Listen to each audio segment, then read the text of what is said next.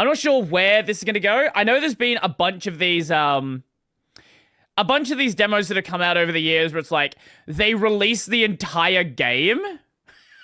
It's like, how do you accidentally leave the entire build in the demo and you don't realize, like, why is your demo 300 gigabytes? Wow, maybe there's something wrong there. Maybe the entire game is still in the demo. Couldn't be that, surely not. Over the years of video game... Actually, a fun one was the Sun and Moon demo, where they left the entire Pokédex in the demo. It wasn't accessible in the game, but people data mined it and found the entire Pokédex before the game came out. Marketing, there's been multiple ways of promoting games to incentivize potential customers into buying them. Whether it be ads, developer interviews, or even just having... What the fuck was that ad? Customers into buying them. Whether it be ads... Domestic violence. What is this poster? Nah, that's crazy. Is this for like is this Virtual Fighter? This is domestic violence ad for Virtual. You know what? I like it. I like it. Developer interviews, or even just having celeb cameos and an absolute banger soundtrack. However, one of the oldest and most trusted methods of generating buzz is the playable demo, where you now often called an open beta. Take the game you've made, cut out a small section as a proof of concept, and then allow anyone and everyone to try it out for free to see if they like. What is medieval? Medieval. This looks familiar.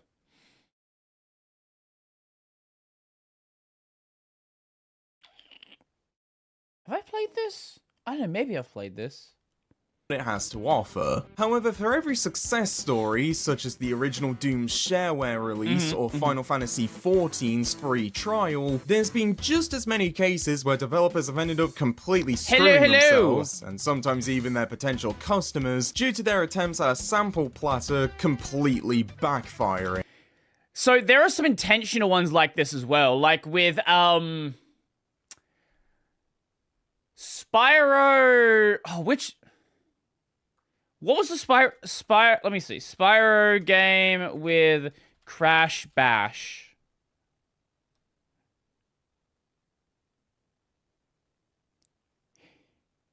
Yeah, Spyro Year of the Dragon. Spyro Year of the Dragon also included a beta version of Crash Bash. And then I believe a Crash game also included a Spyro beta as well. So how about you stick around and prepare for disappointment as I share a small taste of what can happen when demos go wrong.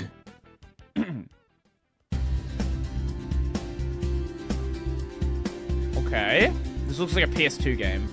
Now, the most obvious way a demo can go wrong is if instead of showcasing everything great your game has to offer, this is a modern it PS2 instead game, acts as the perfect encapsulation of why it sucks, effectively turning it from a free advertisement into a warning to stay away, with probably the most infamous example for this coming from 2021's Balan Wonderworld, which despite the heavy mockery it ultimately got, the original announcement of the game did see a fair amount of excitement, mainly off of it being the title that would see the reunion of Yuji Naka and Naoto Oshima, two of the most recognizable names behind the creation of both Sonic the Hedgehog and Knights, who hadn't worked together since 1998's Sonic Adventure, with their new venture all being completely funded by a major publisher in Square Enix. So naturally, when For sure, it's Square Enix. That means it's gonna be good, right?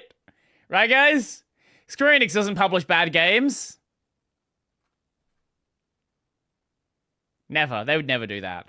Free demo for the game was released in January of 2021, which featured a handful of levels and first boss fights. Fans of the two's previous work flocked to see what they had been cooking, only to enter the kitchen and find it was burning to the ground. As instead of getting something similar to either franchise both men were known for, they found out that Balan was instead an incredibly slow, boring, brain-dead easy platformer in which the only controls were move and performing one one specific action depending on which costume or power-up you currently had. Okay. Some of which are an active detriment due to them removing your ability to jump in a platformer. The reason behind this design came from the team's aspiration to feature 80 different costumes, which not only led to a lot of them being redundant due to either doing the same thing or being a worse version of another one.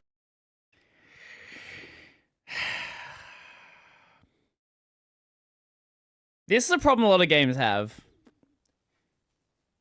Breadth instead of depth. There is a lot of games out there where they have a lot of variations of the same thing instead of highly fleshing out a smaller number of clearly distinct mechanics. Too many developers get hung up on doing too much and having that number of, I have 100 weapons, I have 5,000 NPCs, right? And you end up playing it and it's like, there's 100 variations of one enemy, right? But resulted in the necessity of having to make the levels as bland as they are to ensure they would still be completable regardless of which costumes you entered or tried to beat the stage. If you're gonna do this, you have to hard require certain... You've got to let the player fail. Or either let the player fail or include alternate routes for things. But you shouldn't be able to complete something like this without having a specific thing. It should be like, oh, you've got to come back to this level with this ability, right? That's a normal thing. Why would you not do that? With, along with inspiring the decision to only have one action button in an attempt to simplify the game and avoid confusing younger players from having to memorize multiple abilities for... Yeah, because kids would never be able to work out multiple buttons. What is this idea with modern game design that kids wouldn't be able to work out how to play a certain game? Oh, this is going to be too complicated for kids to play. Oh, well, we've got to simplify it because the kids wouldn't be able to play it. Kids played Final Fantasy VII. Kids played the fucking NES, SNES? The fucking Simba game that is notoriously just disgusting. People played, early Metro... Kids work out how to play these games, and if they don't, then they spend more time playing the game, and they work it out, they learn, they understand the mechanics of the game. You don't need to make it so fucking brain dead that there is no complexity whatsoever. If Pokemon started today, you would legitimately have someone question how many types the game should have. Guys, maybe having... How many types are we at now? Is it 15, 16? How many Pokemon types are there? 18. 18 core types, and then I guess you have the, Stellar and, that's too many. That's too many types. How are the kids gonna work that out? How are they gonna remember that? How are they gonna... That's too complicated. No, let it be complicated. Let people experience complex things. It's not... People treat kids as if they are, absolutely fucking brain dead and cannot work out, how to open a jar without instructions on it. Each costume, instead of just doing the much more simple solution of not having 80 costumes or actions. The end result was that whilst the game arguably achieved its goal of keeping things simple to where anyone could play it, it was also completely unengaging due to the stripping of any kind of challenge. Was that a triple jump?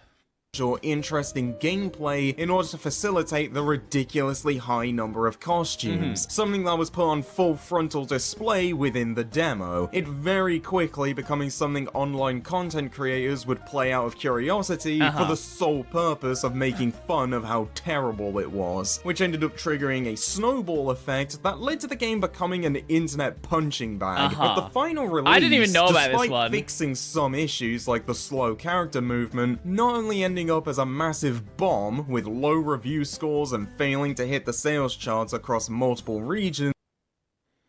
Less than 2,000 copies in their first week. Oh, holy! But was widely regarded as one of the worst games of 2021. I see what this is. This is all presentation and no substance. Widely regarded as one of the... Because that looks good. That looks really good. They had artists on this game that, at least in the cutscene design, knew what they were doing. And that's the only people that knew what they were doing. Worst games of 2021, especially the Switch version, which had noticeably worse performance when compared to the other platforms. Whilst it's very unlikely that the game wouldn't have received the same critical lashing had the demo not released, given how fundamentally flawed it was, it also can't be understated how effective it was in convincing people not to buy the full game, and immediately started its perception on the wrong foot. With it being fairly arguable that half of the crap the game ended up receiving wouldn't have happened had they not given free, unrestricted access to see everything wrong with it. A job it was seemingly so efficient at that Square eventually delisted the demo in April with no official reason as to why being given. As for the two men that the project marketed itself off of, Naoto Oshima has continued his current job as the president of Arzest, the development studio responsible for Balan, who've since provided support work on the 2021 mobile game Fantasian, and even returned to... Every time, man. The same thing happened with Suzuki. Suzuki is kicked out of Sega. Now all he's doing is working on random fucking mobile game bullshit. Sega, where alongside Sonic Team, they made 2023's Sonic Superstars. Meanwhile, Yuji Naka would attempt to blame and even try to sue Square and Arzest for the game's failure, only to end up getting arrested after it was brought to light that he committed insider trading whilst he was employed there. What?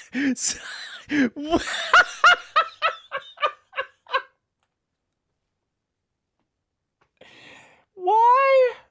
Okay. Here's a suggestion, right? Here's a suggestion.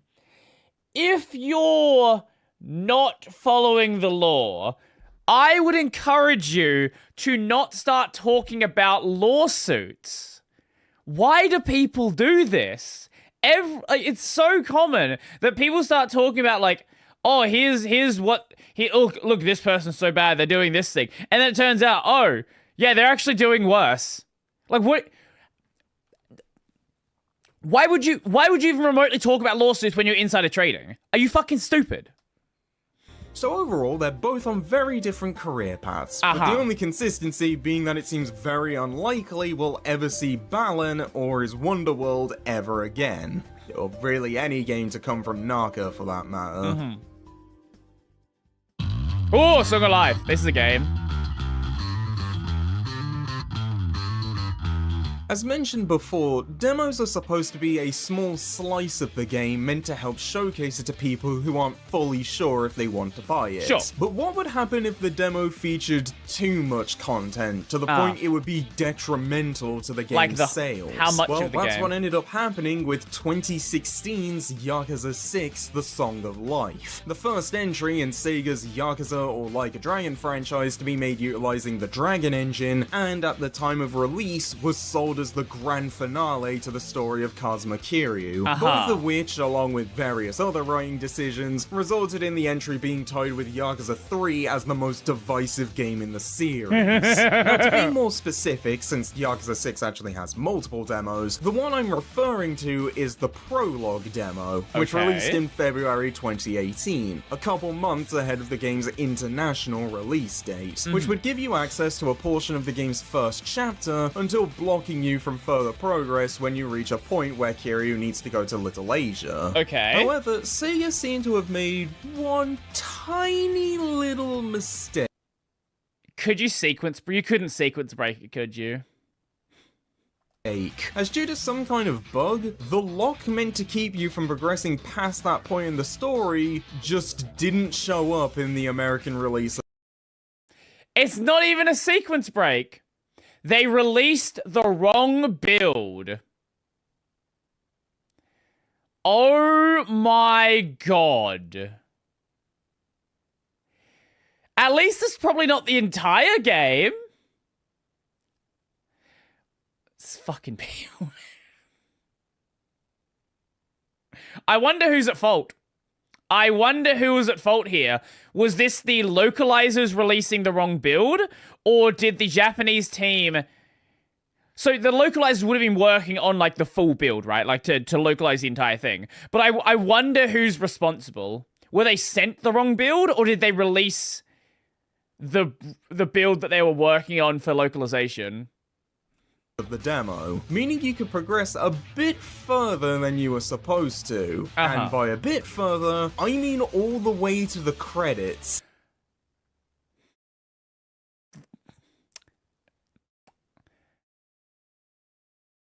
And what I was saying about releasing the full game, that's not what I thought it would be.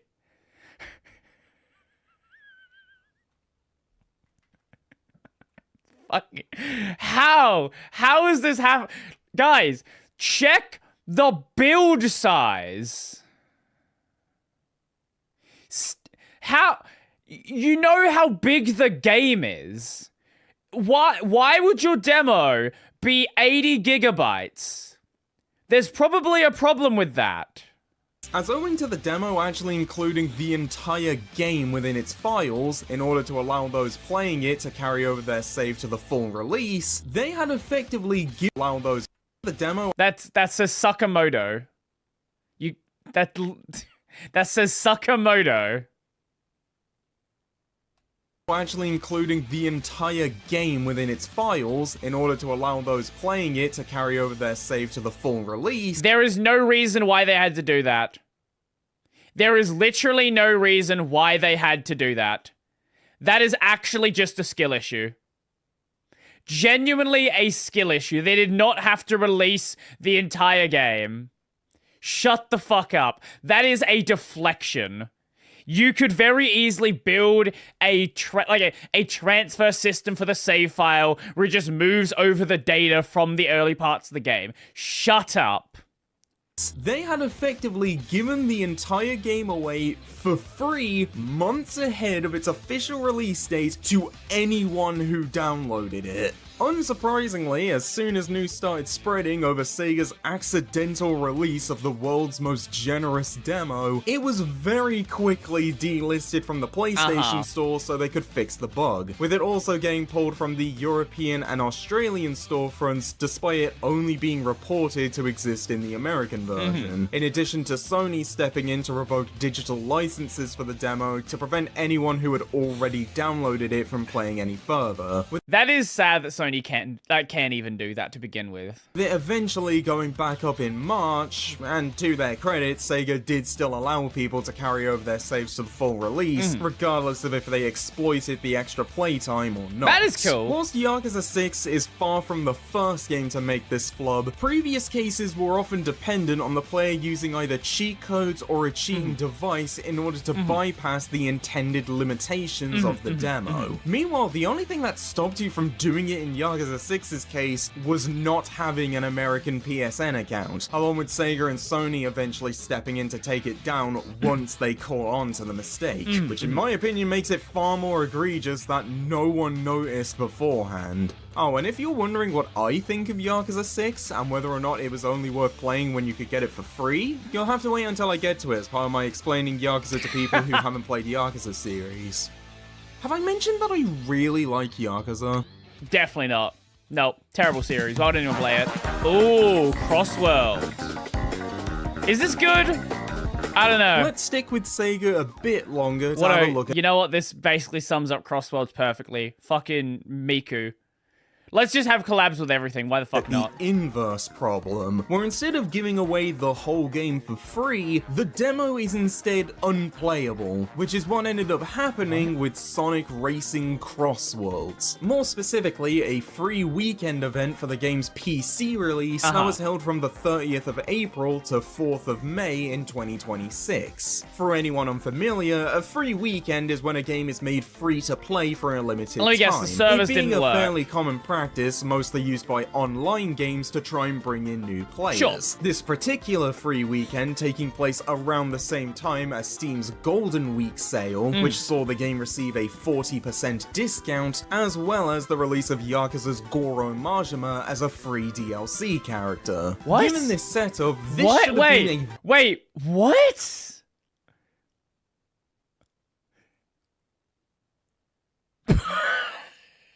This game. You know what? Sonic Racing Crossworlds is the fucking... This is the Racing Smash Bros. That is what this is. It's just Racing Smash Bros at this point. Am I going to stream Pirate Yakuza? Probably will. Not sure.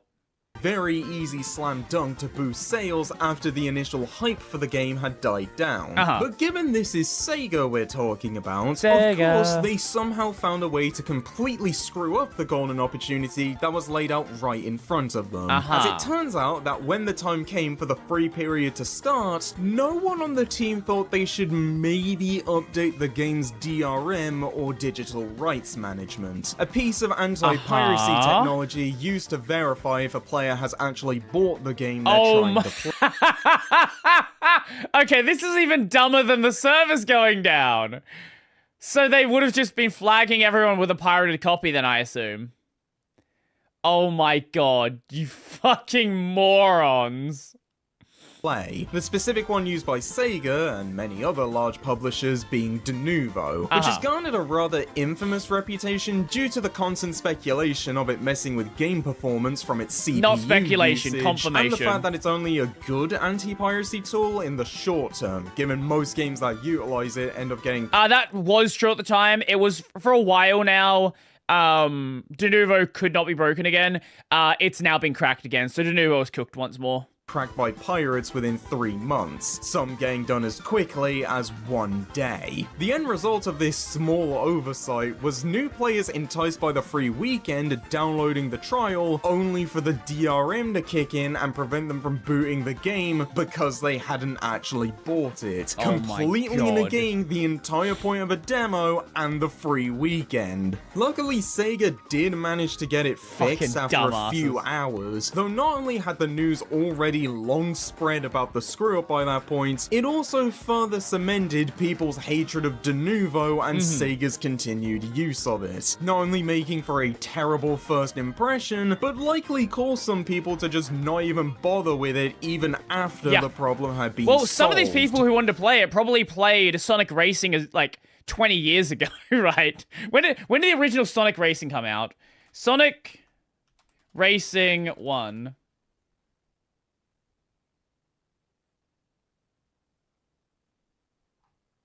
First, what the fuck was the game called? Sonic Racing game.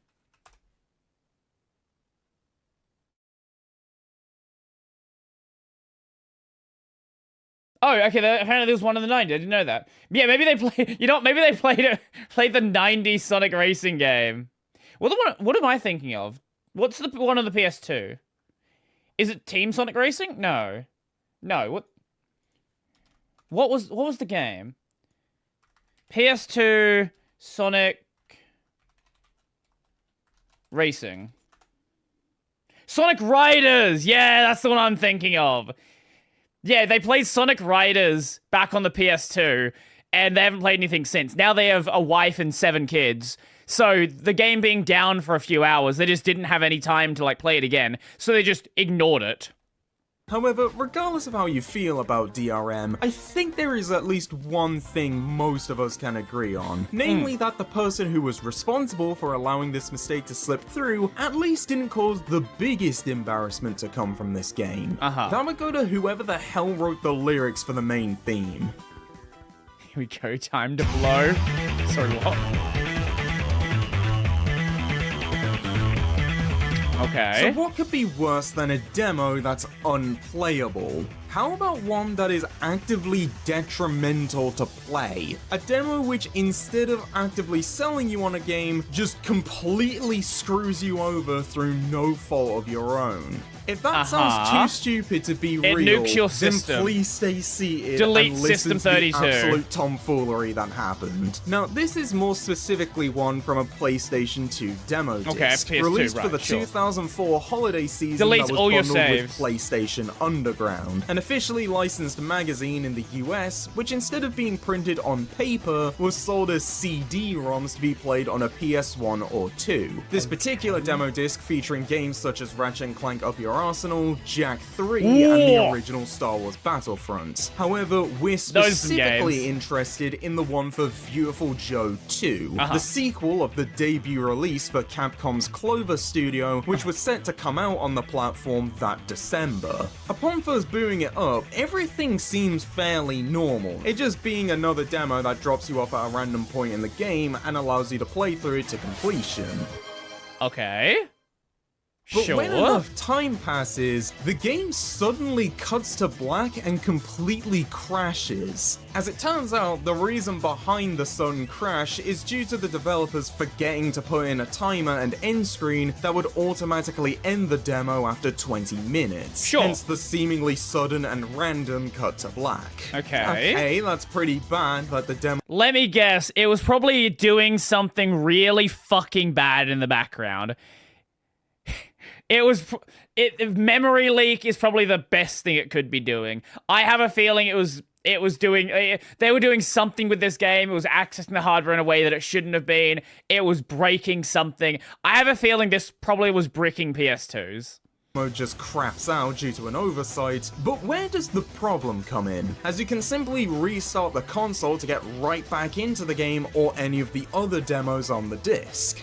Well, if you had a memory card inserted whilst you were playing, and then decided to quickly check on them after the crash, you'd go there to find it had somehow corrupted them, forcing a reformatting of the card, in turn erasing all of your save files. Every game you had played, every memory you had saved, all that progress you had accomplished across multiple titles, all gone in the blink of an eye because you dared to play a free demo. Sony would soon send out an email. If you ever wonder why we don't write hardware level code for games anymore, this is why we don't write hardware level code for games anymore. This used to be a relatively common thing back in like the 90s and early 2000s. Even just basic things like handling the GPU. There's a reason why we have GPU drivers now, instead of letting game developers write GPU code directly. Because even if unintentionally, some people do something fucking stupid. Both apologizing. Fallout 76 on PS4 wiped... What? Okay. Maybe sometimes things still can go badly. Wipes PS4. What? I'm not seeing anyone talk about this. Wait.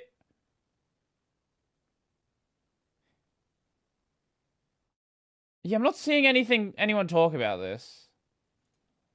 For the error and advising people to not have memory cards inserted when playing the disc, with the backlash eventually getting so bad that they later felt the need to incentivize people to send their defective discs back in exchange for a free Sony published title out of a select lineup, some of which were actually relatively new releases. The specific games on offer being Athens 2004, No one gives a shit about that. TV Off-Road, Okay, there we go. Road Fury 3, Gran Turismo Oh, okay, hold up. 3, Hot Shots Golf 4, MLB 2004, Parappa the Rapper 2, Okay, wait, we're cooking. Sly 2, We are cooking.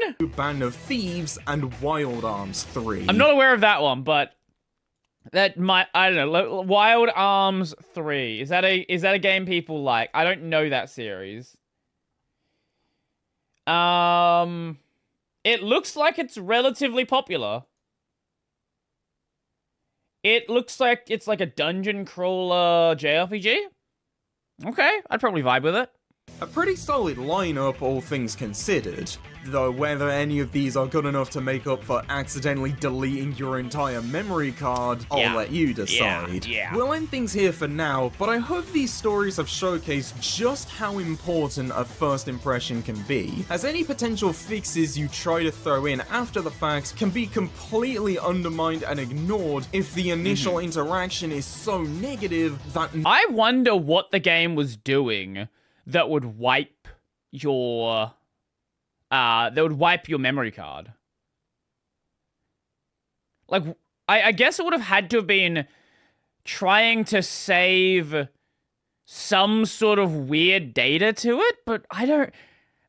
Possibly, you know what? Here's what it could be doing. It could have been dumping data onto the card, so much so that it overrode the file system table. That's a possibility. Brodie. Yes? What have you linked me to?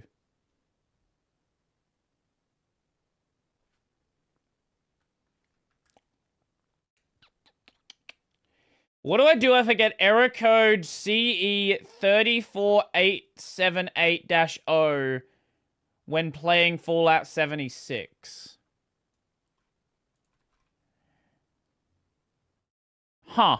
Okay. I wasn't aware of this. Kernel of Entity is already doing that on Monday. Yeah, Kernel of Entity is probably the only thing we still have with modern video games that can still, like, actually damage your system.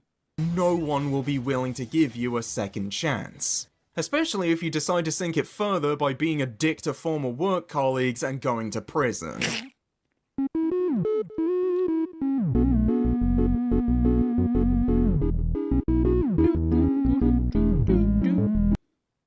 That was cool. That was cool. I've not seen this channel before. There was some video there. I like that. I'm not a... I can't think of any, like... Besides the one I already mentioned earlier with, I think it was Metaphor, I can't think of any other really dumb cases. The only other dumb cases I can think of are all the cases of companies releasing a demo and calling it a beta, which is so common with, like, online games, right? You go and play something like a Battlefield. It's like, this is the beta. This is the beta. The game comes out next week. Like, I really fucking hope it's not a beta if the game comes out next week. It better fucking not be a beta if it comes out next week.